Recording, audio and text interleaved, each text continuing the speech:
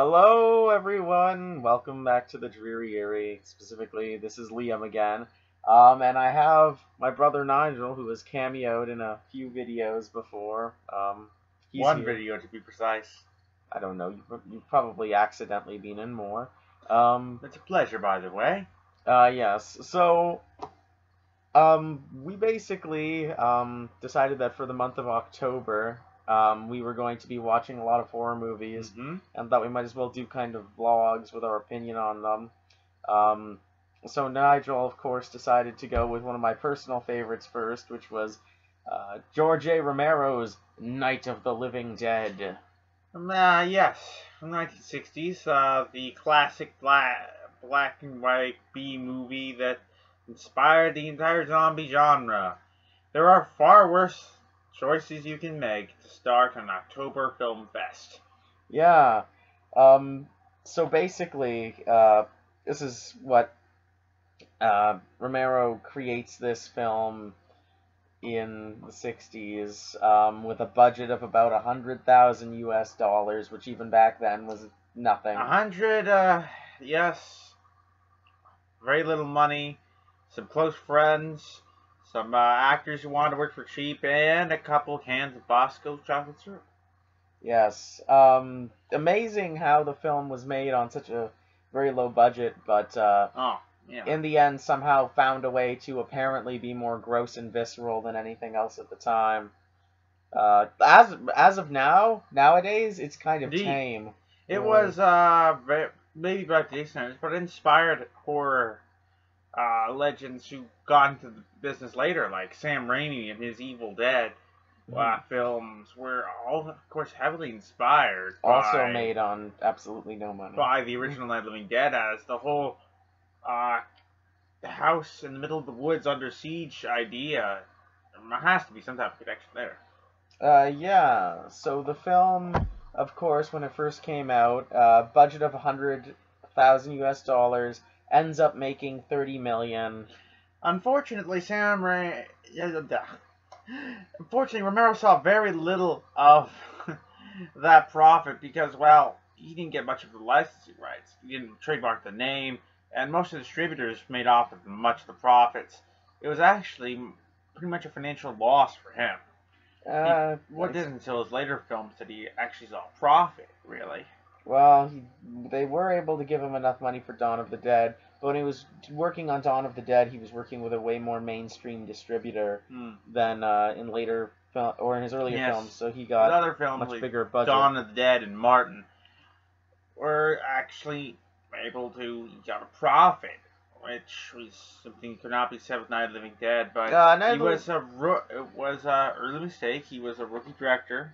Make that choices. But Night of the Living Dead was, at its time, perhaps one of the most profitable films in history, based on what its original starting budget was. Absolutely. In terms of magnifying one's own success. So I don't know. It's like as for the film itself, there's very little you can say almost about Night of the Living Dead. You can base it off its qualities, but when it comes to influence, there is no way to overstate the influence of Night of the Living Dead on the horror genre, and especially on the zombie genre.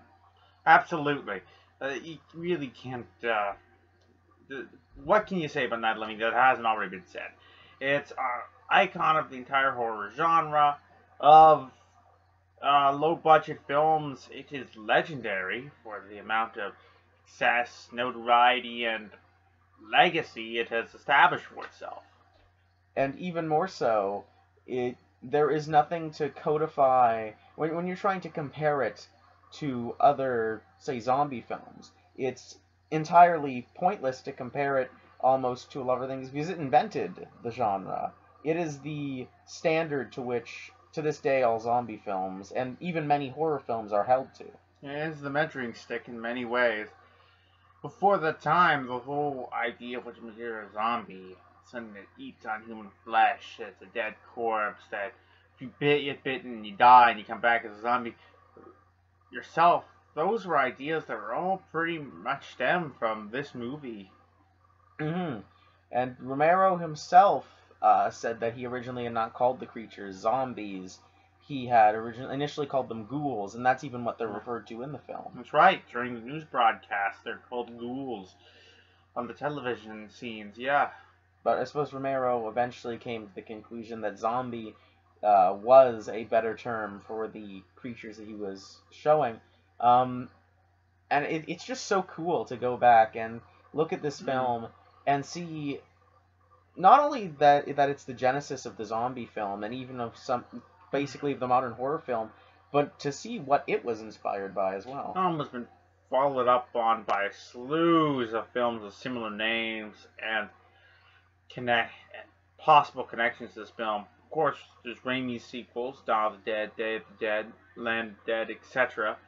You got Italian films and others, such films like Zombie, or Zombie 2 as it's also known.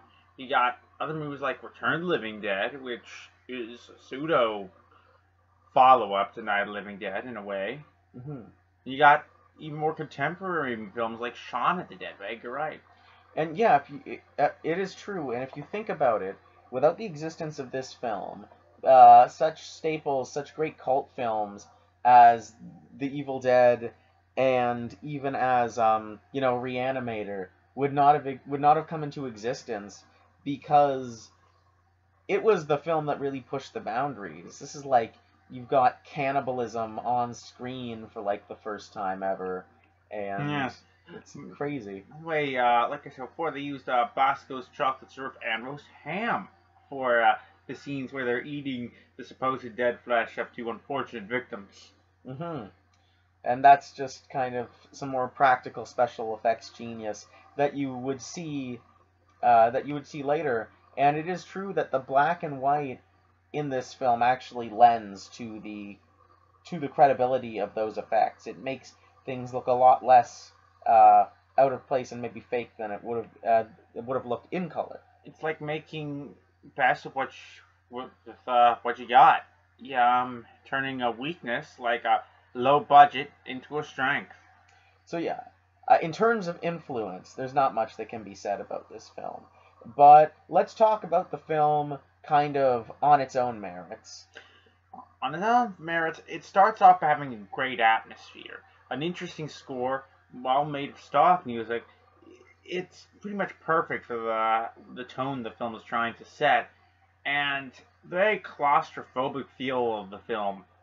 90%, as about 85% of the film is set inside that house, where the tension builds as you know the zombies are gathering across the outside of the house, and it's only a matter of time before their next assault.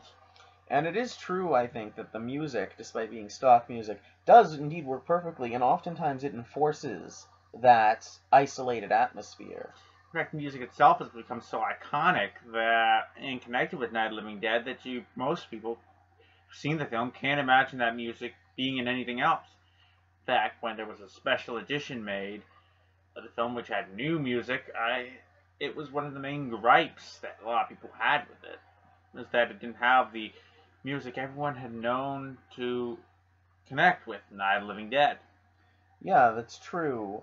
Certainly, Night of the Living Dead soundtrack is not so iconic to Night of the Living Dead as Dawn of the Dead soundtrack is to itself, but I feel like Night of the Living Dead became more iconic as a horror trope in general with its soundtrack.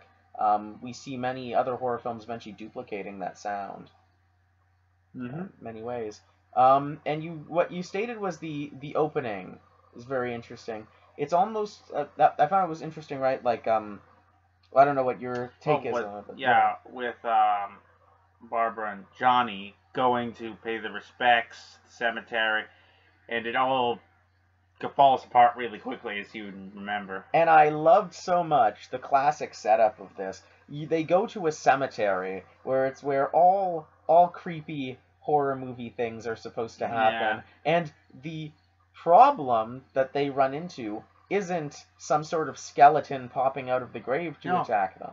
No, or some ghoul or ghost materializing out of thin air or something like that, or a demon. No, what we see is a shambling yeah, drunken like, but otherwise ordinary looking man, who you think, well, this guy may be intoxicated or something because he's shambling about, but he doesn't look anything wrong with him per se. He's probably just doesn't know where he is or something, and then it all goes to hell.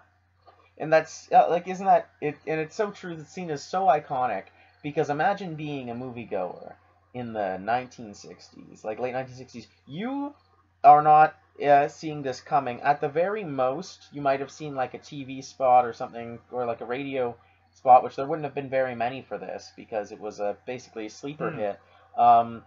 And you probably aren't. You have like the vaguest expectations, and it turns out that like it's this new type of undead. It's not exactly, because when you think of monsters at the time, you didn't expect them to look like ordinary folks, and the fact that anyone can be a zombie if they die and they come back is this thing, and the zombie can look like just an ordinary guy who maybe just died, and besides a little white complexion looks perfectly normal, and you wouldn't know until perhaps too late.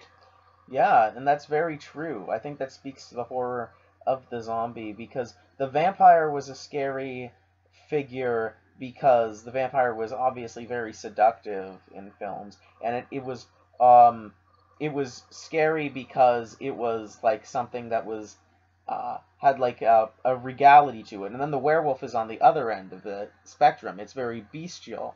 But then we get the Romero zombie, which looks very human, but at its base is in itself not even a monster, but a virus. And it's sort of bizarre thing, because you never know. It's never perfectly, clearly established in the Romero film, especially not the first one, as to what exactly is happening here, and what the root of this epidemic of the undead coming back to life is about. Where is it coming from? Is it extraterrestrial? Is it some sort of super virus?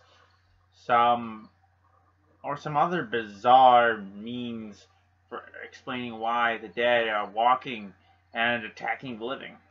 And this is why it's so brilliant. Romero doesn't shoot the film in a way that it's like an omniscient third person. We're seeing it through a third person view, but it's very limited in scope. It's limited to the viewpoints of these characters, and any information that we get from the outside world is through television or through radio. That's right.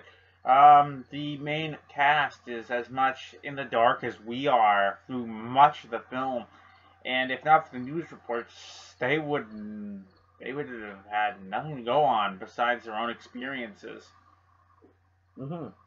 So, of course, once the graveyard scene is done, we of course get to the scene with the rural house, the kind of farmstead, as it were. Yes, the farmstead who apparently had a gas pump nearby.